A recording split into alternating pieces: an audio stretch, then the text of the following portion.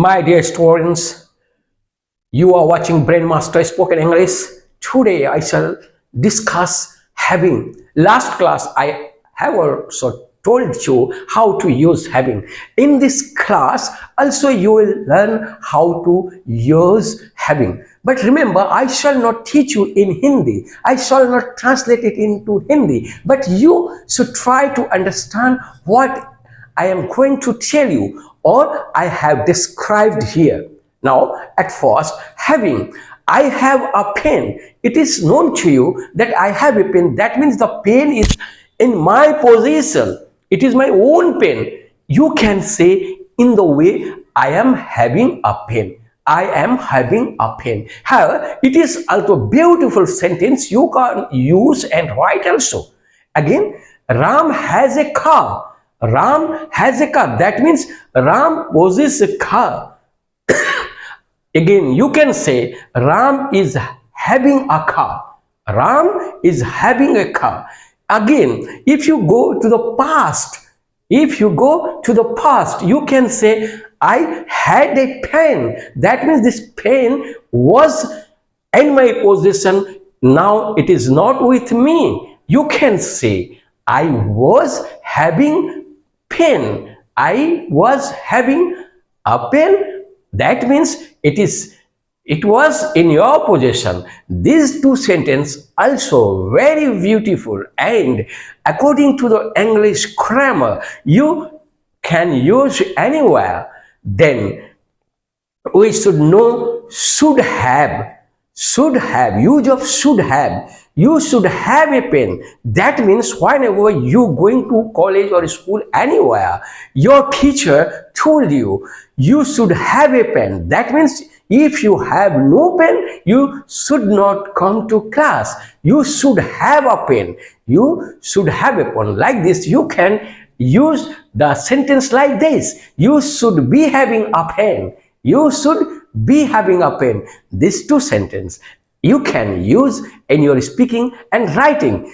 Again, you should have a book. That means you are going to school or college anywhere, that your teacher said you should have a book, otherwise you should not come to the class. Now you can say in the other way, you should be having a pen or you should be having a book. It is also a very good sentence. Now remember one thing, whenever you are using have, should have, that means it must be with you, otherwise you should not go over there. Like this, we are using must have. Then must be having, like this two ways. Must have, that means Ram must have that book. I know that Ram, he must have that book. Again, you can say like this, Ram must be having that book.